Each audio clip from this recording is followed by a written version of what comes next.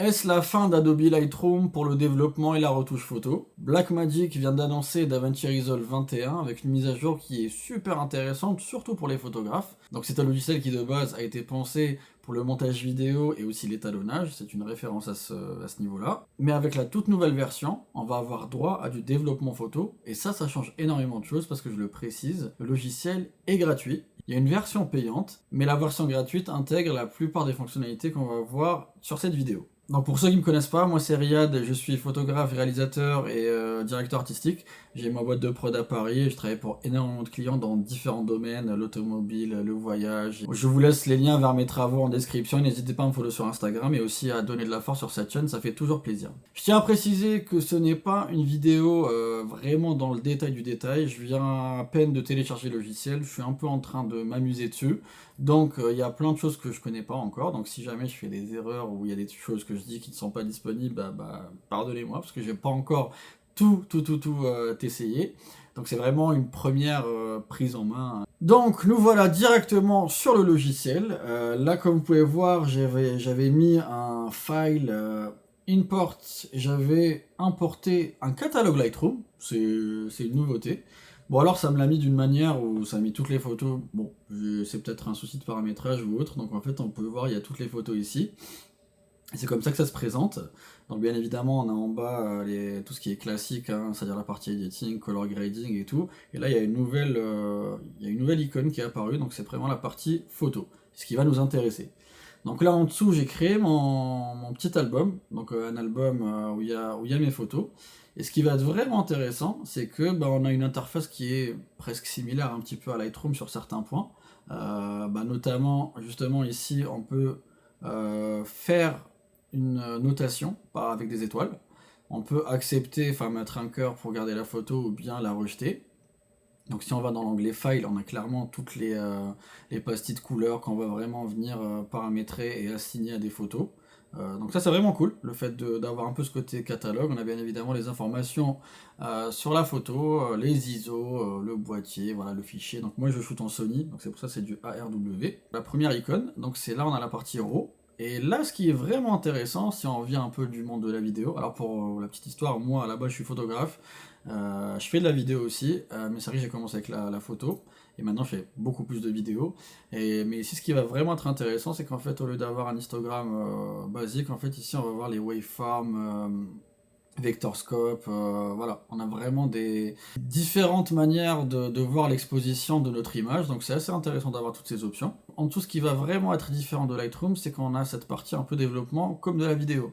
Là, pour exemple, j'ai mon fichier Sony, on peut voir que on peut déjà choisir la balance des blancs, mais ce qui va être intéressant, c'est la partie Color Space et Gamma.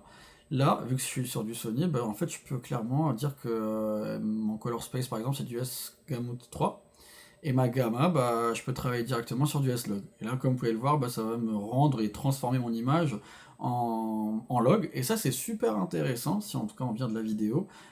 Ça peut être une énorme nouveauté qui va nous permettre de venir appliquer directement une lutte par-dessus. Une lutte que de base a été faite pour de la vidéo, pour un profil log. C'est ce qu'on va voir d'ailleurs sur cet exemple. Donc ça, clairement, c'est une option qui est très très cool. Et je pense qu'il n'y a que ce logiciel qui la propose. Après, on a bien évidemment les réglages basiques, hein, la température, la teinte, l'exposition, la netteté. Donc on a les shadows, bien évidemment, on a color boost, saturation, lift, mid-tone, gain, contrast. Donc ça c'est vraiment les trucs basiques. Et si on va dans l'onglet photo, si jamais on shoot directement depuis du JPEG, à ce moment-là on va avoir, on va dire, des paramètres basiques.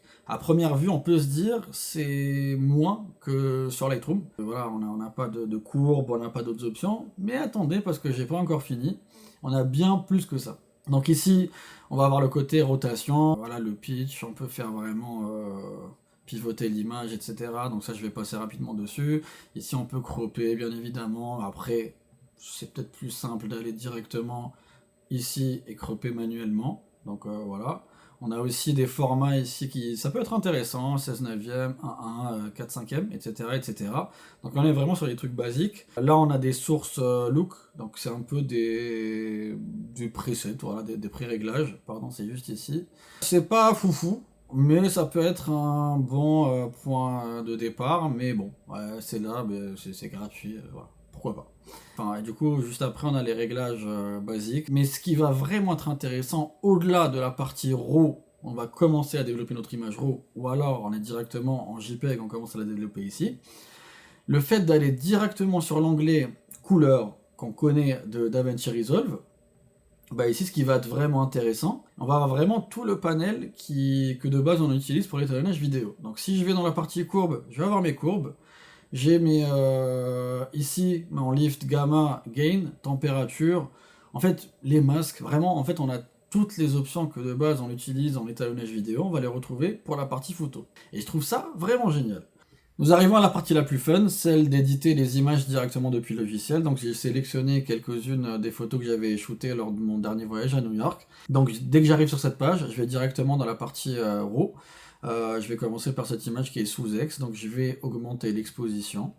Je vais baisser les highlights au maximum pour préserver les détails. Je vais aussi augmenter un petit peu les shadows. Color Boost, pour ceux qui connaissent mon style et mon travail, savent que j'adore tout ce qui est très coloré. Donc on va aller à fond. Et aussi Midtone Details, là je pense que c'est un peu l'équivalent de la clarté. Donc je me retrouve avec ce résultat, mais ce qui est vraiment cool, c'est qu'on peut utiliser les effets que de base on utilise pour l'étalonnage vidéo, notamment Film Look Creator, donc, qui est directement disponible depuis le logiciel. Je vais venir le déposer et directement ça me fait un effet très très stylé. Donc ça m'a créé ce halo sur les hautes lumières. On a aussi les halations, donc c'est vraiment ce côté très vintage. C'est vraiment sympa parce que ce genre d'effets, on peut pas les faire sur Lightroom ni sur Photoshop. Enfin, on peut les faire sur Photoshop, mais voilà, il faut des logiciels externes, des actions, alors des filtres spécifiques. Mais ici, on l'a directement et ça, clairement, c'est vraiment cool pour ceux qui veulent avoir un côté un peu vintage directement depuis le logiciel. Je vais augmenter le vignettage, par exemple. Voilà. Bien évidemment, je peux choisir les looks qui sont disponibles. On a Alaska, on a Vintage. Bah, Alaska, c'est pas mal aussi, hein. Enfin bref, voilà, c'est juste un petit test, mais bon, allez, on va rester sur cinématique.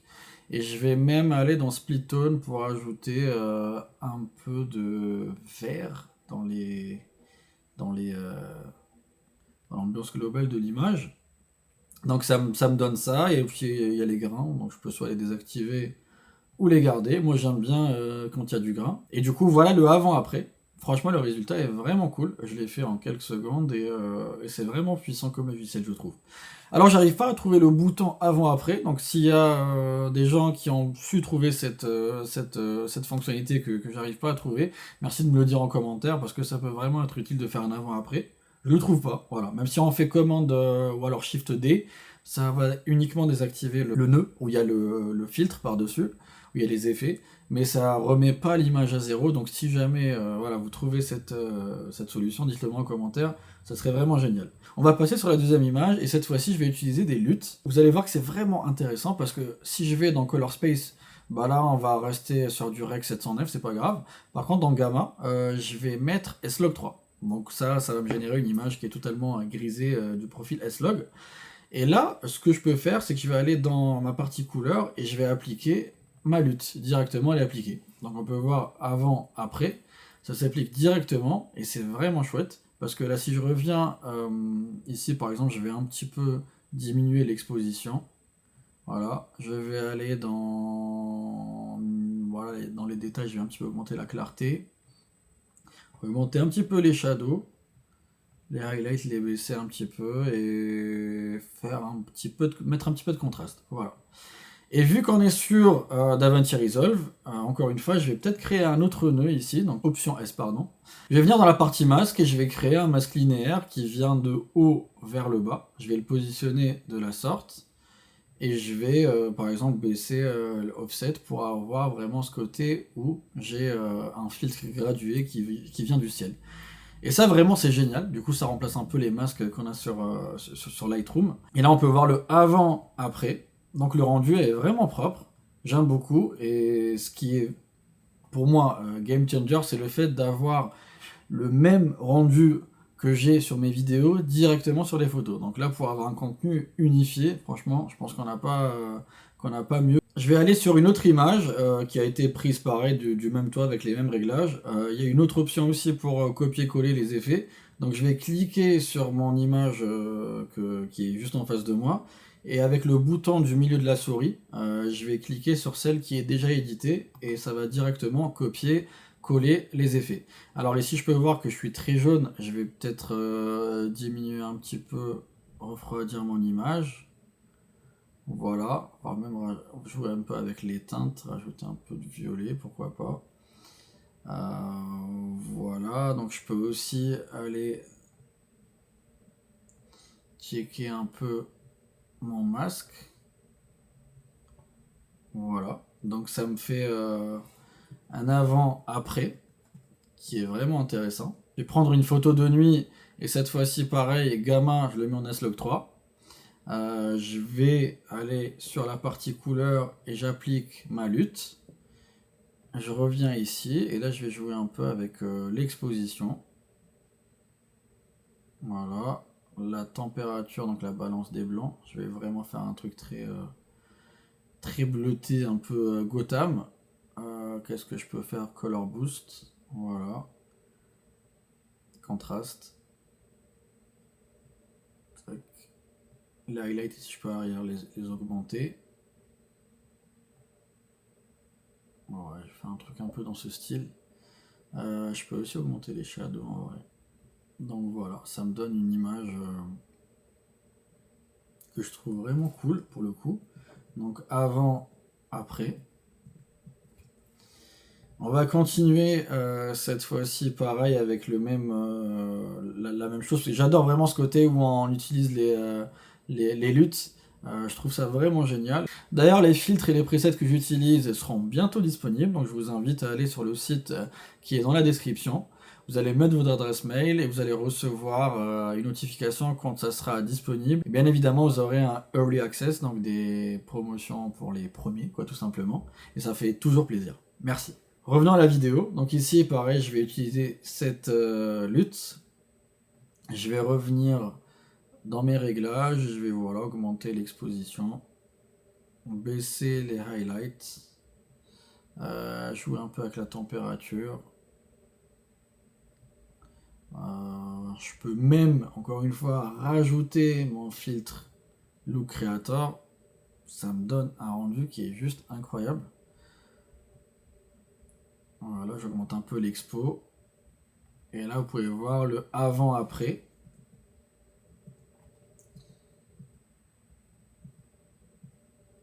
Vraiment, je suis très fan. D'ailleurs, on peut aussi régler un peu la verticalité des bâtiments. Si je vais ici et je mets ça comme ça, bah, ça me permet d'aller cropper et avoir une image plus droite. Voilà. Mais c'est aussi pour vous que vous voyez les possibilités qu'on peut avoir. Donc ici, j'ai une image qui est typiquement bien alignée, très très cool. On va revenir sur celle-ci, pareil, je vais me mettre en S-Log 3, je vais aller dans Color, appliquer ma lutte, boum, voilà, le travail est fait. Franchement, c'est super rapide. Quand on édite comme ça, c'est vraiment rapide, ça me permet d'avoir des looks que j'avais moi directement sur le boîtier quand je filmais, parce que toutes ces séquences que vous voyez, je les ai aussi filmées, donc ça me rappelle que j'avais les mêmes couleurs, et le fait de l'avoir directement sur un fichier, bah, ici c'est un Alpha One Mark II, donc un fichier à plus de 50 mégapixels, c'est vraiment très cool. Je vais baisser les highlights, augmenter un petit peu l'exposition, augmenter le color boost, voilà. Et donc on peut voir le avant, après. Assez fan du résultat. On va aller ici sur une photo de moi. Oui, voilà, j'essaie de faire un petit peu le beau gosse. Pareil, on va aller dans S-Log 3. On va mettre ma lutte. Tac, tac, tac. On la met directement. Donc je reviens sur la partie photo. Je vais augmenter l'exposition. Voilà. Baisser les highlights. Voire même augmenter les shadows. Et c'est quoi, soyons fous, rajoutons un film Look Creator. Tac. J'adore. Franchement, c'est trop stylé. Là, on peut voir avant, après. Voilà, ça prend littéralement quelques minutes, voire quelques secondes, hein, pour avoir un rendu qui est très propre. Et là, je suis vraiment à mes débuts avec ce logiciel, hein, c'est-à-dire que je suis en train de faire une prise en main rapide, mais je pense qu'il y a à faire, vraiment, il y a beaucoup à faire avec ce logiciel. Et une dernière image, on va faire la même chose, Slog3, je prends ma lutte, là aussi c'est pour montrer un cas d'usage pratique, enfin en tout cas un cas d'usage réel, voilà, j'augmente mon exposition, je baisse mes highlights, je monte les shadows, color boost, voilà, et voilà, hein. Là, on peut voir le avant, après, j'ai ma petite image qui est éditée et qui est vraiment cool. Donc voilà les images que j'ai réussi à faire, donc on revient celle-ci, celle-là, voilà, celle-ci de nuit, Radio City, voilà, le Times Square de nuit, autoportrait de nuit, et New York de nuit. Le verdict, la conclusion. Qu'est-ce que j'ai pensé de ce logiciel? Honnêtement, après quelques heures de prise en main, je trouve que le logiciel est super puissant. Ça fait trop plaisir de retrouver tout ce que j'utilise en vidéo directement en photo. Donc c'est une nouvelle approche de retoucher les vidéos. Je suis utilisateur Lightroom depuis plusieurs années, vraiment, ça fait super longtemps que j'utilise Lightroom, je l'utilise toujours d'ailleurs, et je trouve que le fait d'avoir un logiciel qui est pour moi concurrent direct actuellement, il y a eu d'autres logiciels bien évidemment, mais que je n'ai pas forcément utilisé, mais pour moi actuellement DaVinci Resolve va directement concurrencer Lightroom.